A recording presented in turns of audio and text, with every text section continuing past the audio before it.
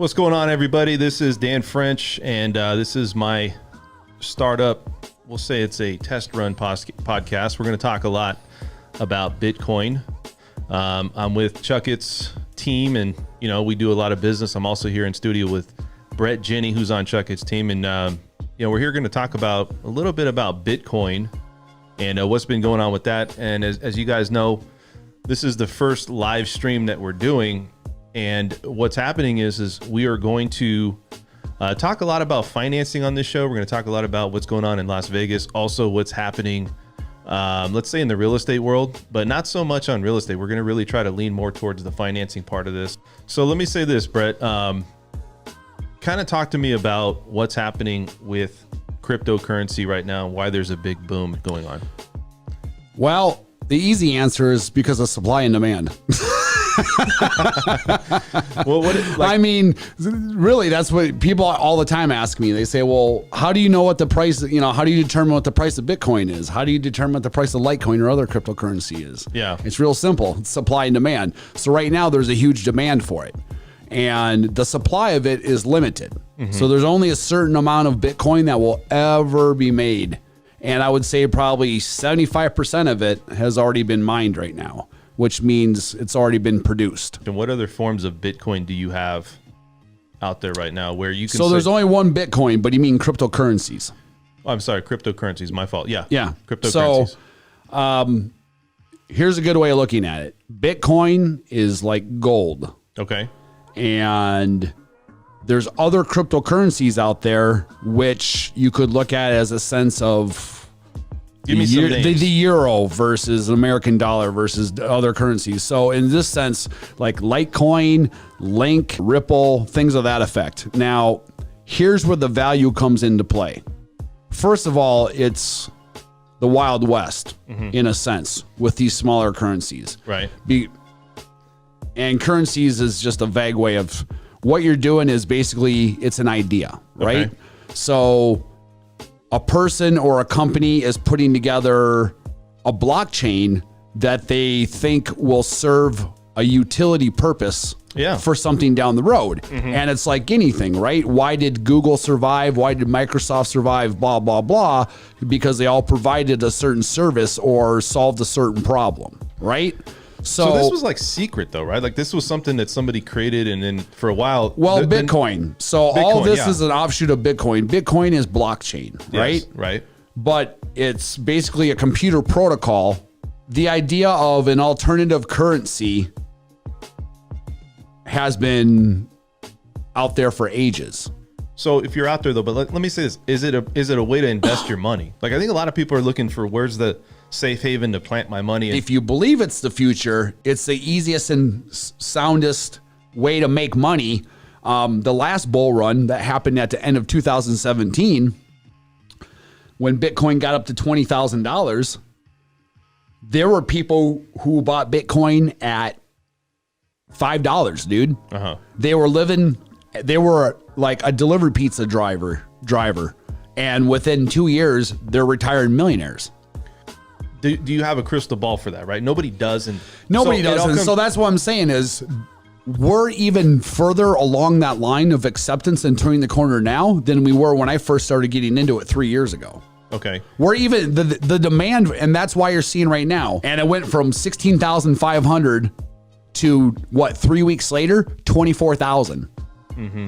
And it's just getting started.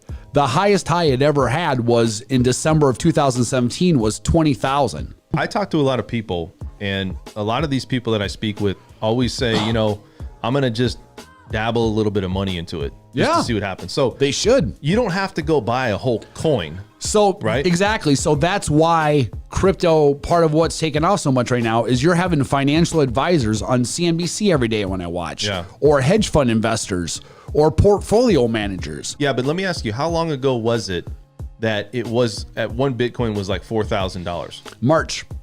See, think about that. So that's what I'm saying. So you want to know, is it a good investment? I don't know, dude. If you bought it in March, 7 months ago, 8 months ago, it was $4,000. Now it's 24. When I bought Litecoin, it was the idea of, I don't really know what cryptocurrency is. Yeah. Okay. When I went to buy it, Coinbase was the main place where you bought it. There were now they have like 15 or 20 of them on there. Yeah. When I went there were 3, dude. Mm-hmm. There was Bitcoin, there was Ethereum, and there was Litecoin. Bitcoin was like, at the time, was like 18,000, Ethereum was like 600 something, I think, or 500 something. Yeah. And Litecoin was $109. Yeah, but will they make more? So like there's a lot of how many cryptocurrencies would you say that's out there right now? How many different? Man.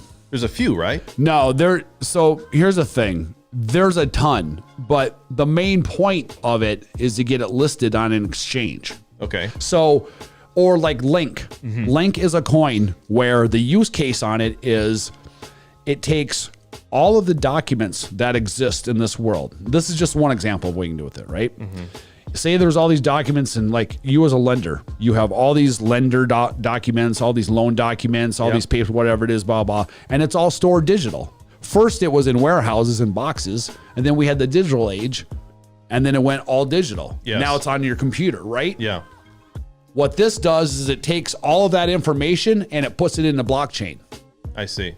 People want to know where to invest their money, and I think there's a lot of people that don't really know what. Bitcoin, Ethereum, and Litecoin. And I'll tell you why those 3. Mm-hmm. Bitcoin, because it's basically digital gold, right? So that's your store of value. Okay. Bitcoin, you don't want to actually go out and use because its use case is lacking. Mm-hmm. What I mean by someone wants to buy a house, say they want to pay $600,000 for a house. Yep. And they're going to pay for it with Bitcoin. It would take like 22 hours for all of that Bitcoin to be transferred over for $600,000. Mm-hmm. If you use Litecoin, it would take 2 minutes. Litecoin is how you're able to spend that Bitcoin and make payments. It's going to be the payment system, I believe. Like right now, you can go to Dunkin' Donuts and pay with Litecoin. Yeah. Right now, the demand is so high because you have institutions like Twitter.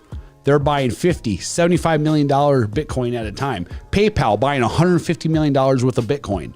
Why do you think they're buying that form? Yeah, why do you think they're buying Bitcoin? Because they understand that's how the future payment system of the whole internet and the world's going to be. What is something that you would tell somebody, though, that would be a good starting point? Like $200?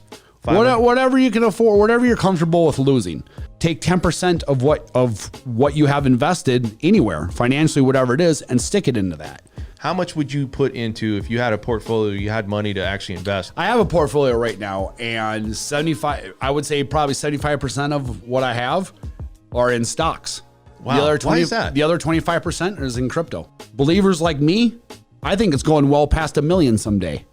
Will it get there overnight? No, but it'll be 50 grand first, then 100 grand, because you're talking about something that is going to be the world's going to run on for a current. I believe the world's going to run on it. It's going to be the world's currency. How many years though? I mean, this can't be within probably 20, 30 years, but either way, Chuck has tried bringing that to me.